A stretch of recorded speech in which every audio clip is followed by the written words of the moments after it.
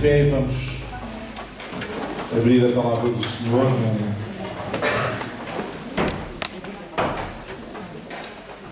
num texto na carta aos Colossenses, capítulo 1.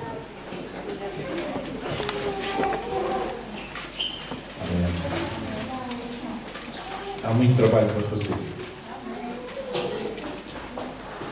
A carta aos Colossenses, capítulo 1, versículos 16 a 29.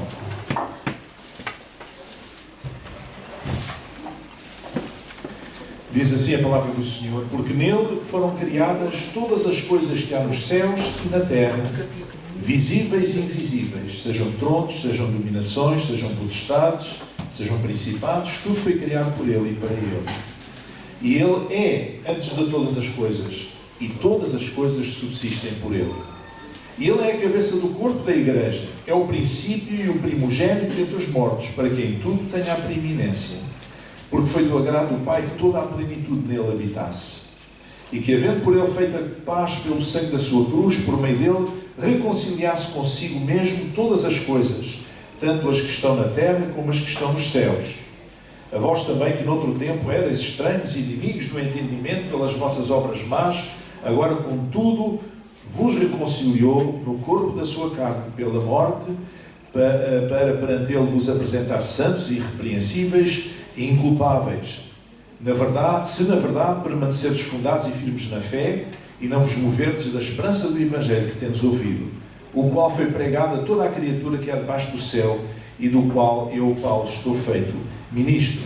Regozijo-me agora que no que padeço por vós e na minha carne, cumpro o resto das aflições de Cristo, pelo seu corpo, que é a Igreja, da qual eu estou feito ministro, segundo a dispensação de Deus, que me foi concedida para convosco, para cumprir a palavra de Deus. O mistério que esteve oculto desde todos os séculos, e em todas as gerações, e que agora foi manifesto aos seus santos, aos quais Deus quis fazer conhecer quais são as riquezas da glória deste mistério entre os gentios, que é Cristo em vós, esperança da glória, a quem anunciamos, admoestando a todo homem e ensinando a todo homem em toda a sabedoria, para que apresentemos todo o homem perfeito em Jesus Cristo, e para isto também trabalho combatendo segundo a sua eficácia, que obra em mim poderosamente. Amém. Oremos. Senhor nosso Deus e Pai, nós te agradecemos por esta visão que nos tens dado, Senhor, para este ministério. Senhor, te agradecemos por esta casa que está a ser restaurada, te agradecemos por todas as bênçãos que temos recebido, de tantos lugares inesperados até, Senhor, para poder erguer esta casa de novo, Senhor, e desenvolver ali ministério, Deus. Oramos por todos aqueles que trabalham pela Suzete e por todos aqueles que estão associados mais diretamente a estes ministérios, Senhor, do trabalho social, do SOS-PB. Oramos, Senhor, para que renoves as suas forças, ó Deus, e supras todas e cada uma das suas necessidades, Pai.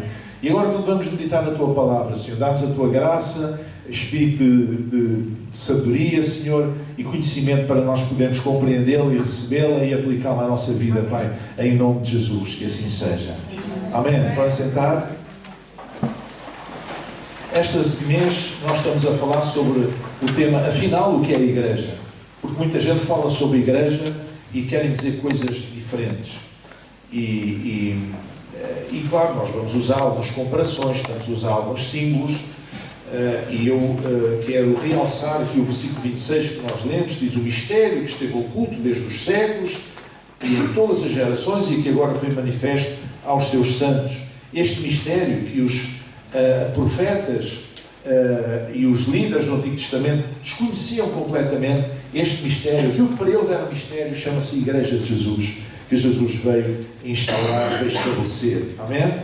Também falámos aqui a semana passada, falámos sobre a Igreja como edifício, e falámos aqui que a Igreja não é o templo, isto é, não é o espaço da reunião, não é uma casa de pedra ou de tijolo, não é a designação, é o nome. Igreja do Jubileu, não é isso que faz a Igreja, não é o nome, nem tampouco a confissão, a denominação, a confissão religiosa, se é batista, se é pentecostal, se é independente, se é o quê, não é isso que faz a Igreja, e também não é o fecheiro de membros, não é nada disso que faz uma Igreja. Uma Igreja é uma realidade espiritual, amém? E Jesus disse que a edificaria, né?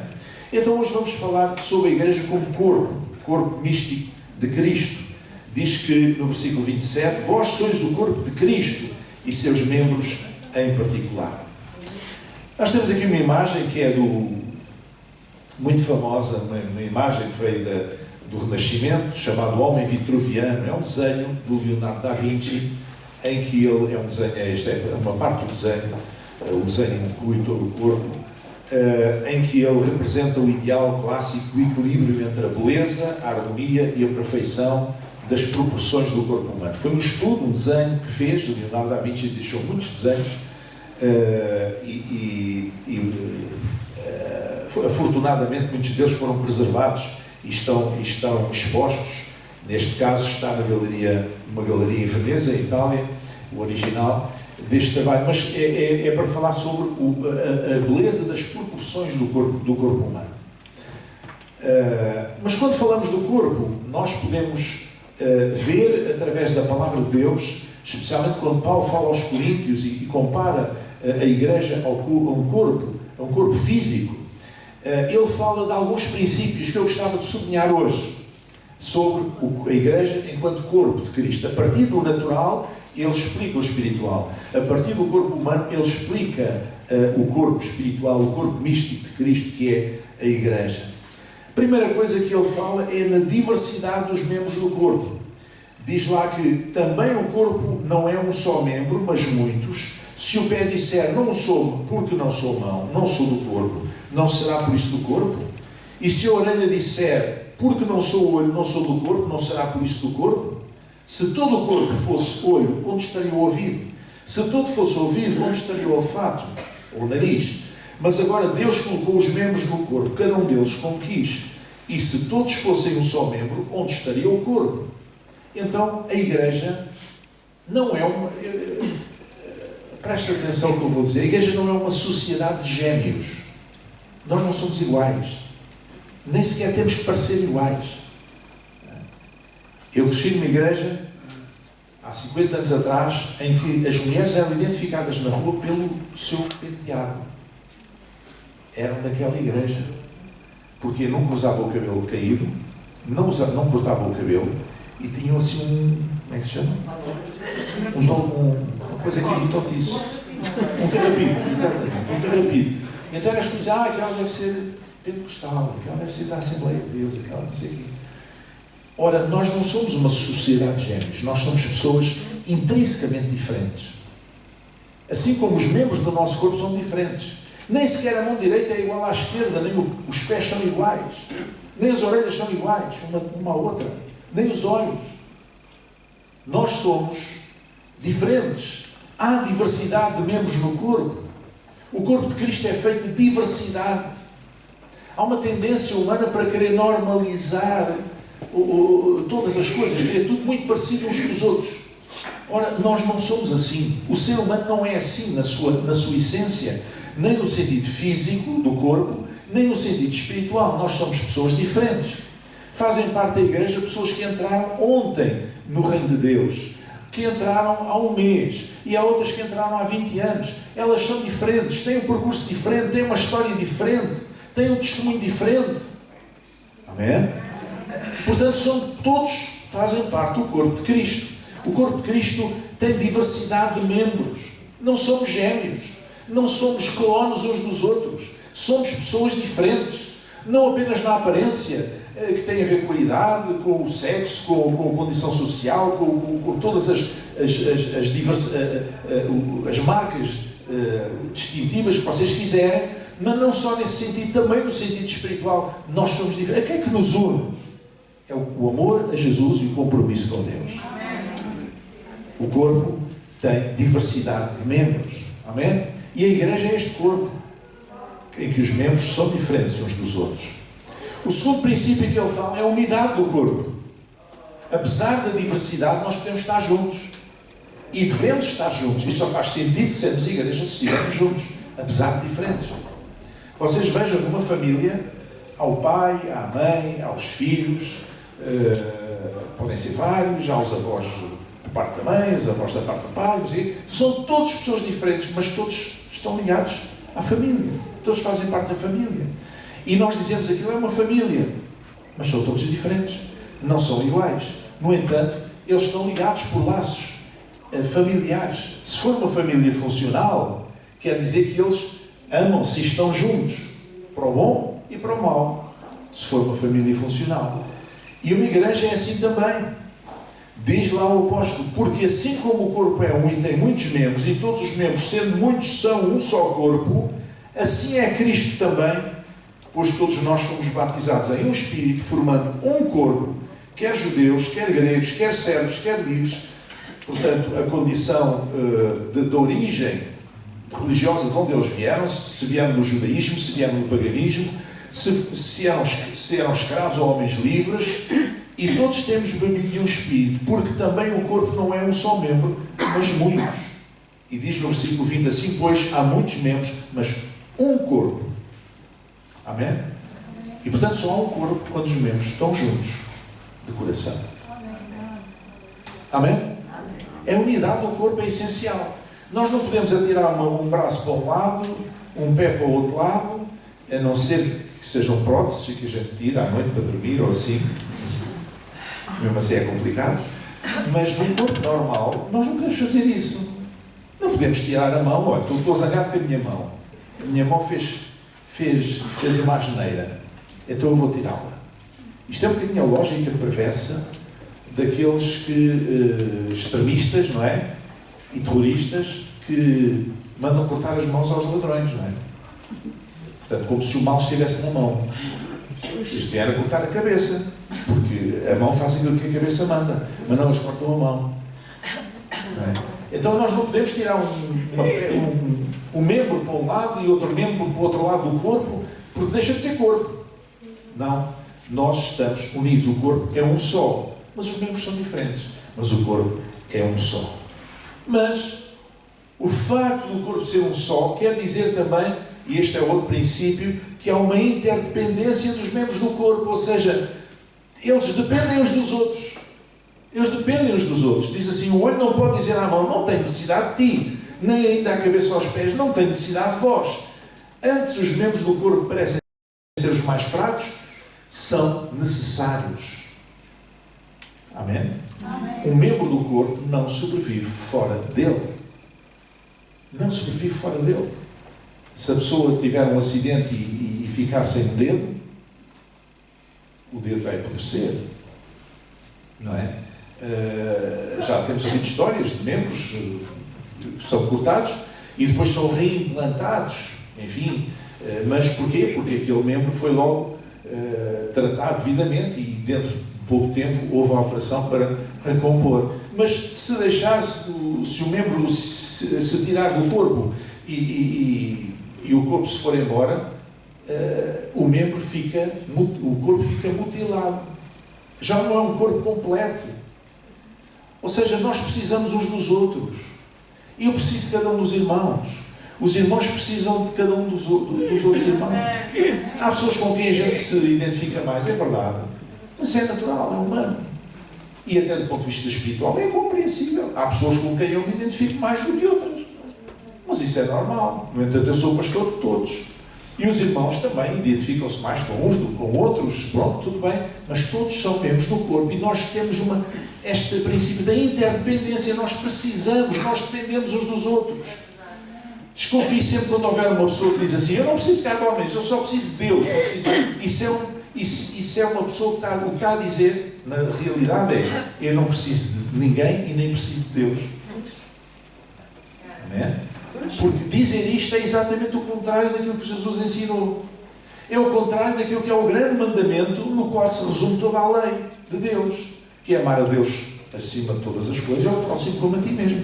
Como é que eu posso dizer, uma pessoa que Deus me mandou amar, eu posso dizer que não preciso dela para nada? Posso desprezar a sua presença? Não é? E isto é uma coisa diferente, irmãos. Uma coisa é nós termos intimidade com pessoas que nos traíram, com pessoas que são uma má influência para nós, com pessoas que não nos acrescentam, com pessoas que nos incomodam, com pessoas que têm um espírito completamente negativo. Isso é uma coisa. Eu tenho o direito de não querer intimidade com essas pessoas. Tenho o direito. Amém? Para bem da minha própria alma e da minha saúde mental. Eu tenho esse direito, mas não posso deixar de o amar. Porque ele é meu irmão, ou é o meu próximo? Entendem, irmãos?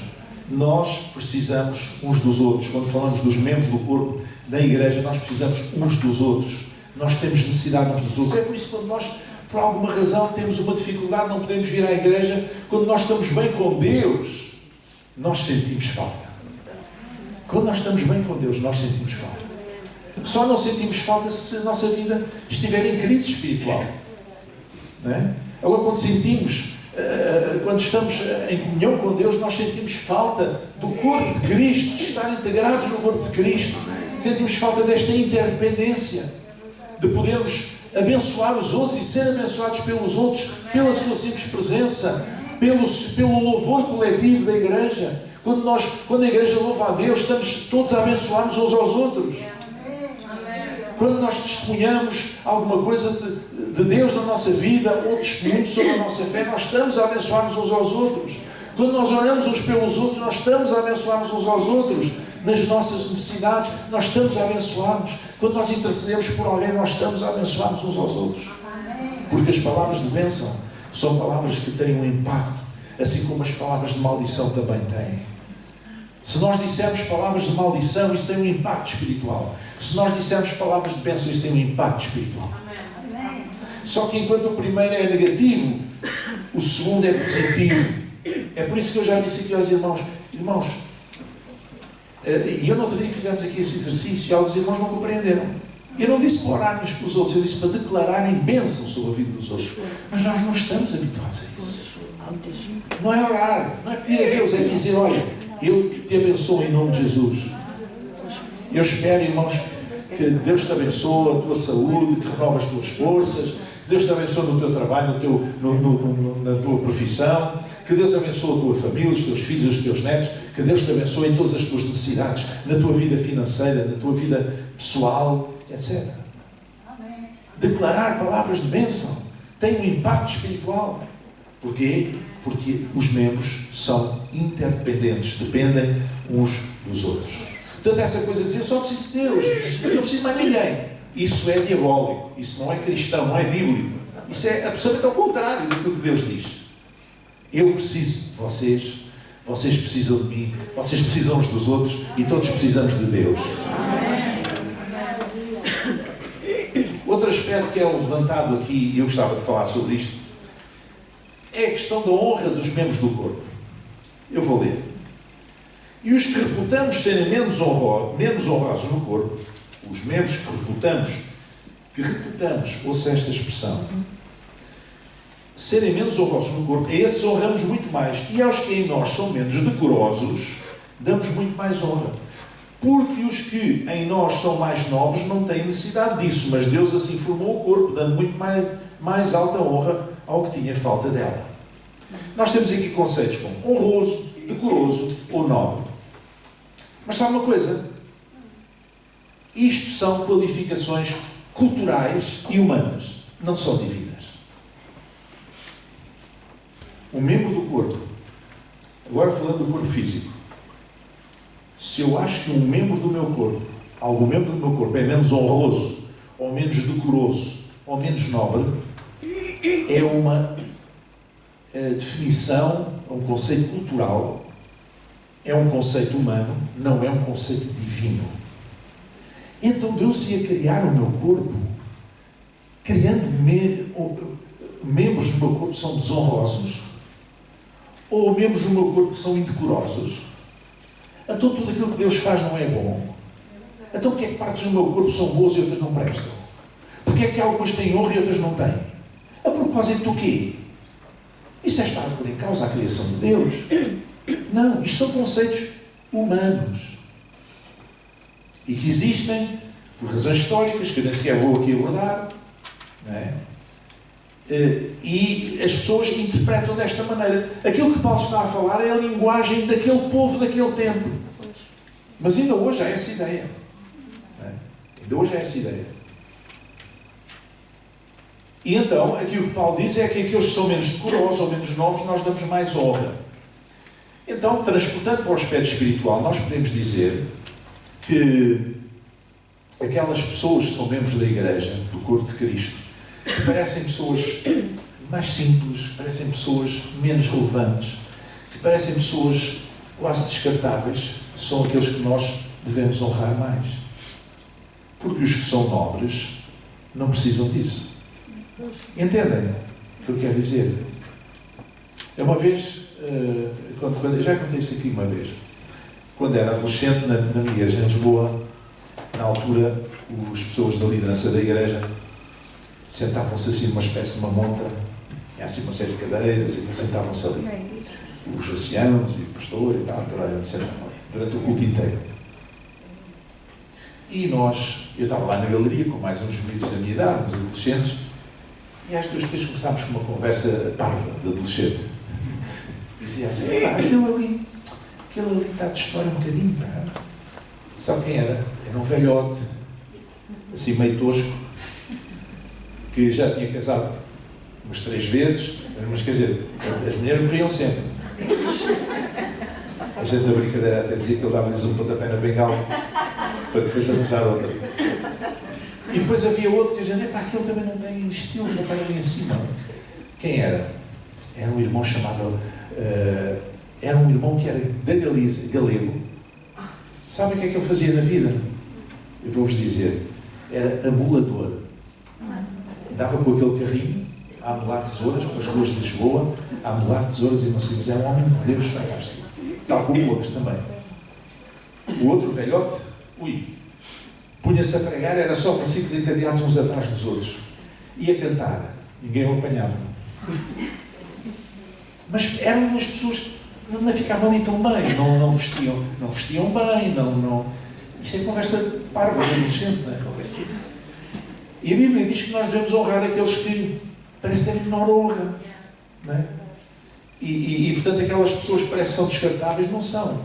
Às vezes são essas as colunas da igreja. São aqueles que suportam a liderança da igreja em oração. São aqueles que são fiéis nas suas contribuições para a obra de Deus. São aqueles que amam a obra de Deus. São aqueles que estão de alma e coração. Amém? Então, todos os membros do corpo devem ser honrados, sendo considerados honrados, decorosos e nobres. Amém? E não podemos ir atrás de qualificações humanas para dizer, aquele irmão até nem sabe ler. E depois, se calhar faz mais do que muitos que sabem ler. Não é? Amém. A igreja é uma coisa muito rica, muito maravilhosa, muito complexa, mas muito maravilhosa. Há uma dinâmica solidária nos membros do corpo, diz Paulo, diz o apóstolo. De maneira que, se um membro padece, todos os membros padecem com ele.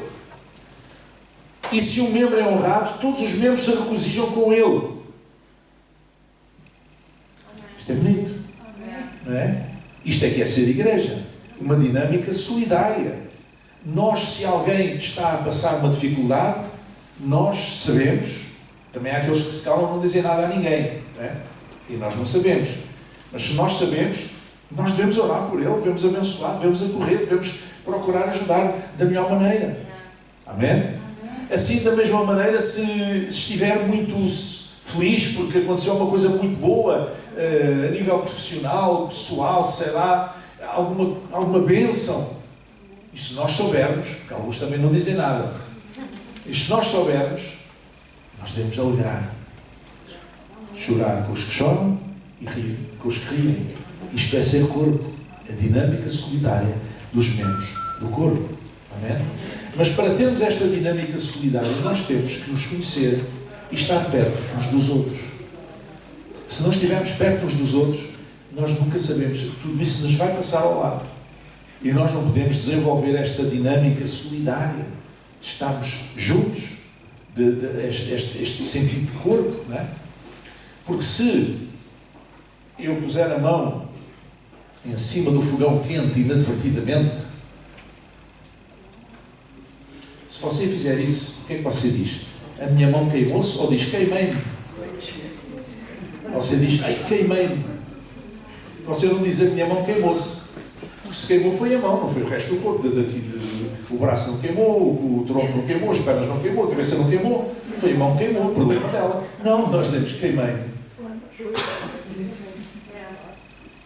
Amém? Deus quer dizer que nós somos, o corpo é solidário. É assim que funciona, ou então não é corpo. Ou então é um ajuntamento, mas não é um corpo, não tem sentido de corpo. E finalmente, um outro princípio que o apóstolo Paulo fala, entre outros, é a vocação específica de cada membro do corpo. Cada um de nós é diferente, nós estamos juntos, devemos ser solidários uns com os outros, mas cada um de nós tem um papel a desempenhar. Cada um de nós tem uma vocação específica.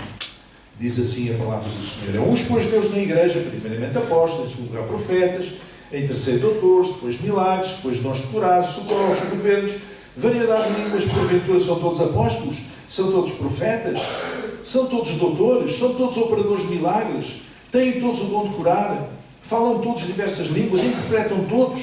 Portanto, procurai com zelo os melhores dons. Amém? Procurai os melhores dons. Atenção, o melhor dom para mim pode não ser o melhor dom para si. Isso dos melhores dons é relativo. Amém? Não. Aquilo que é melhor para mim pode não ser. Porque se Deus me vocacionou num sentido, o melhor dom para mim é alguma coisa dentro dessa vocação. Não é fora dessa vocação. O que mais não falta são pessoas que querem funcionar fora da sua vocação. Não é? Procurando dons que não estão dentro da sua vocação, digamos assim. E isso traz ruído ao funcionamento do corpo. Uma das razões por que todos somos diferentes é porque podemos cumprir tarefas diferentes segundo a nossa vocação. E, portanto, devemos procurar a nossa vocação. E dentro da nossa vocação, nós podemos falar tanto de vocação espiritual como natural. Evidentemente que se eu precisasse construir um templo e tivesse aqui um irmão na comunidade que fosse arquiteto, eu não ia pedir a um outro irmão que é pescador para fazer a planta do templo. Mas o outro era um irmão, está mais anos na igreja, é muito espiritual e não sei o quê, e o que é que isso me interessa? O que eu preciso é de uma planta do templo. Quando eu precisar de peixe, falo com ele. Não é? E às vezes nós espiritualizamos tudo. E achamos que a vocação só tem a ver com a vocação no sentido sobrenatural, no sentido espiritual. E não no sentido natural. Claro que tem a ver com tudo. Amém? Então, se eu tenho dons de Deus, talentos, se eu tenho competências, capacidades para abençoar a obra de Deus, eu devo pô-las ao serviço do Reino de Deus. Amém? É? Eu devo pô-las ao serviço do Reino de Deus. E não espiritualizarmos as coisas, porque as coisas não caem do céu. Nós somos uma sociedade, a igreja é uma sociedade de seguidores de Jesus, de discípulos de Jesus. Amém? E isso significa que somos diferentes, estamos unidos, somos solidários uns com os outros, mas cada um tem a sua vocação. Amém? Não andamos todos a correr atrás da mesma coisa, da mesma vocação, e procurar os melhores dons, os dons que têm a ver com a vocação que Deus me deu, seja vocação espiritual, seja vocação do ponto de vista humano. Amém? Sabendo eu que na diversidade existe riqueza. Amém? Amém. Sabe, uma das coisas que fez dos Estados Unidos da América um grande país no mundo foi a diversidade da sua população. Amém? Amém. Pessoas que vieram da Europa, de vários países, de muitos países, praticamente todos os países da Europa e de outros lugares do mundo, as pessoas foram para ali. Foram para ali e ali encontraram espaço para poder trabalhar, para poder crescer, para desenvolver a sua vida. E aquela nação tornou-se uma grande nação. Porquê? Porque eles têm muita gente de todo o lado e essa grande diversidade é a sua riqueza. É uma das suas maiores riquezas, é a sua diversidade. Então, a igreja é também assim. É uma sociedade de discípulos, de seguidores de Jesus, que estão, digamos, na sua diversidade, trazem a riqueza dessa igreja. A diversidade das pessoas é aquilo que traz riqueza à igreja. Mas nós não somos apenas o corpo de Cristo. Nós somos também o templo de Deus. Amém? Não sabeis vós que sois o templo de Deus e que o Espírito de Deus habita em vós? Se alguém destruir o templo de Deus, Deus o destruirá, porque o templo de Deus que sois vós é santo. Amém. Amém. Nós somos o corpo de Cristo, mas somos também o templo de Deus. Então a igreja pode ser comparada também a um corpo, em que cada um tem o seu papel, em que cada um tem o seu lugar, em que cada um tem a sua vocação, em que cada um é chamado a contribuir para a comunidade, é chamado a contribuir para o todo, com os seus dons e os seus talentos, os seus dons sobrenaturais, os seus talentos naturais, as suas competências, os seus conhecimentos, a sua experiência, a sua sensibilidade. E tudo isto enriquece o corpo. Glória ao nome do Senhor. Então, sejamos igreja, sejamos diferentes uns dos outros, reunidos à volta do Senhor Jesus. Eu gostava que a igreja ficasse em pé. Nós vamos cantar uma música que diz: meu coração, meu corpo, eu entrego a ti.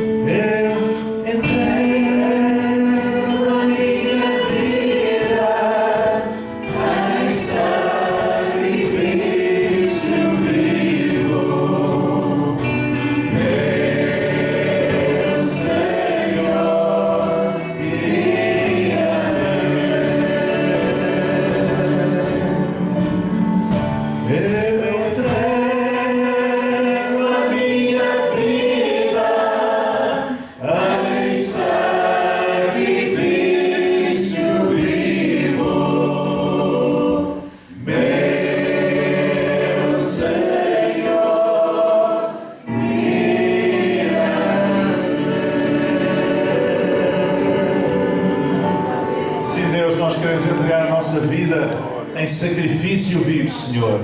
Nós queremos que o nosso corpo, Senhor, também, o nosso coração, a nossa alma, te celebrem, Senhor.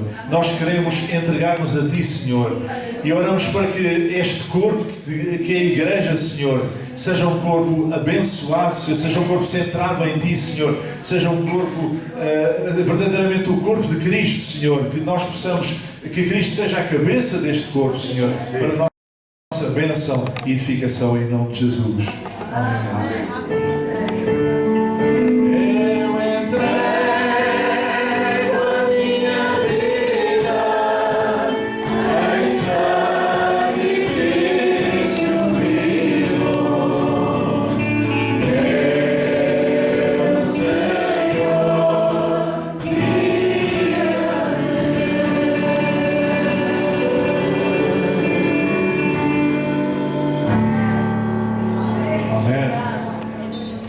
Deus deu uma semana cheia da sua graça, da sua bênção. Não esqueçam os anúncios que foram feitos e ou até sexta-feira para os irmãos que estão connosco na internet. Amém?